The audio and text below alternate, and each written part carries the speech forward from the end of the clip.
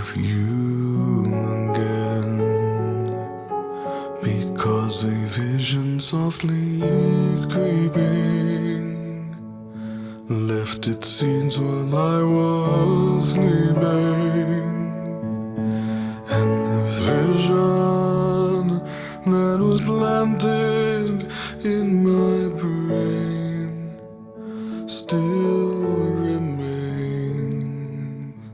within the sound of silence.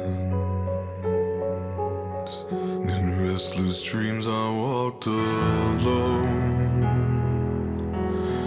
narrow streets of cobblestone, neath the halo of a street lamp.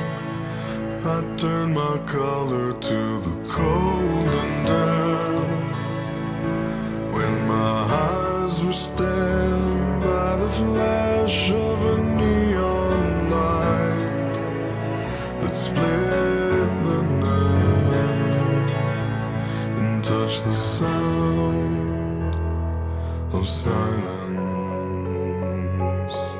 And in the naked light I saw 10,000 people, maybe more.